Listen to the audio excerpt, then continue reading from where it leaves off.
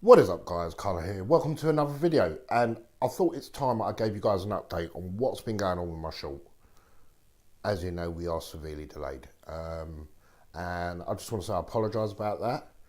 I think these things happen, but I'll try and explain why. As you guys know, or for the subscribers that follow me on a regular basis, you know that obviously my workstation died, which was very unexpected.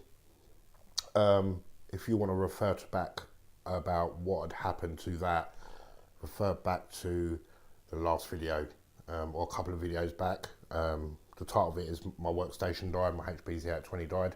If you check that out, then obviously you can understand what's happened. But yes, I am delayed. I am cutting a video. I've still got, firstly, I've got tons more to film. So that's good in a way, because that means I've got tons of behind the scenes to bring to you guys, and the making of. I've started recutting the opening sequence because I wasn't happy about that. Obviously I'm going to have to do some reshoots because obviously I've moved, and the change of location is no longer adequate for the film, because I obviously can't film there no more, which is a pain in the arse, but at the same time I don't really mind, because I wasn't happy with the opening sequence of that of the film in the first place. I want it to be perfect to some extent. I want it to be really good.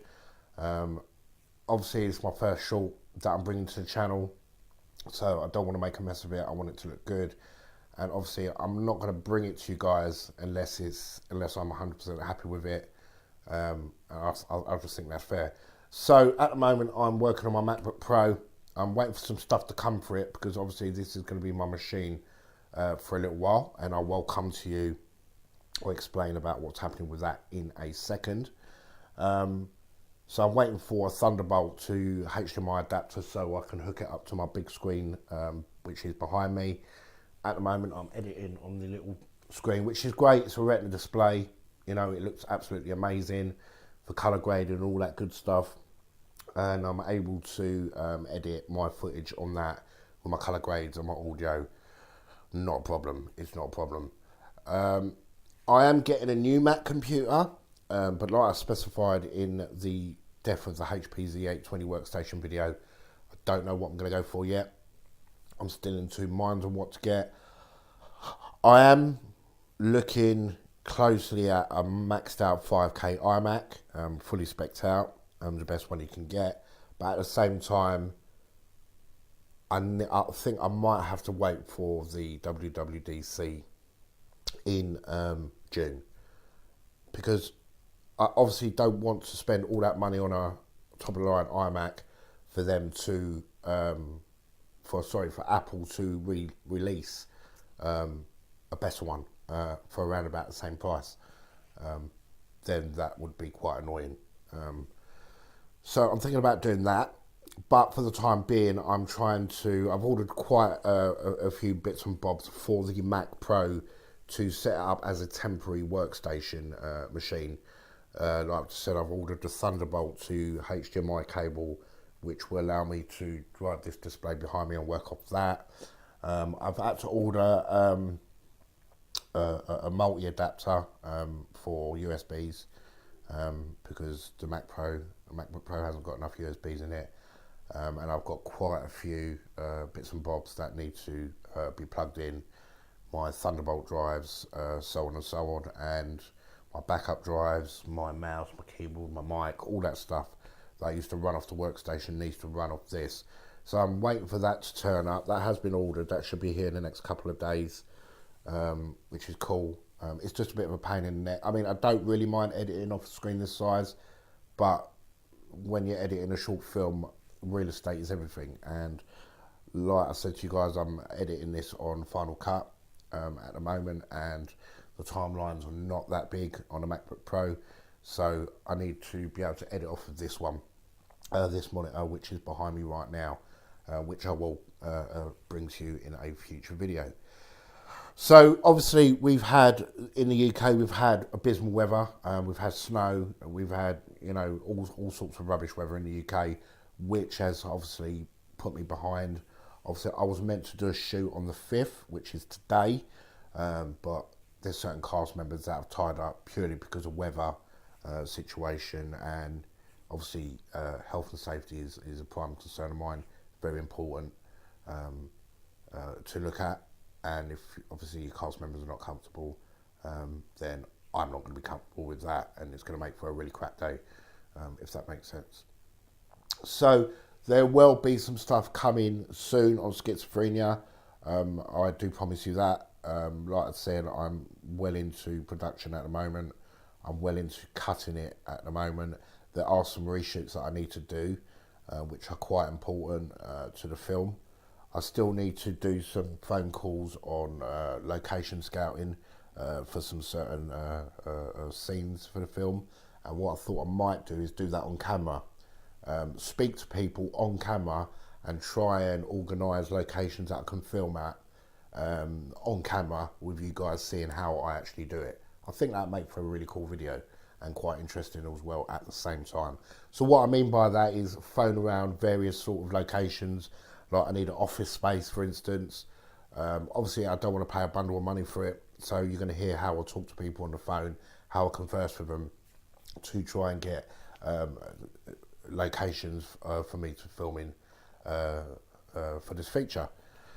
So that's going to be cool. I thought that'd make for an interesting video. I've never seen a video like that on YouTube before, which I think will be quite enjoyable to watch and quite interesting, and help you guys out if you want to try and, obviously you're trying to make a film and you want to try and get a location to shoot in, and you want to know how it's done and how to speak to these people, so on and so on.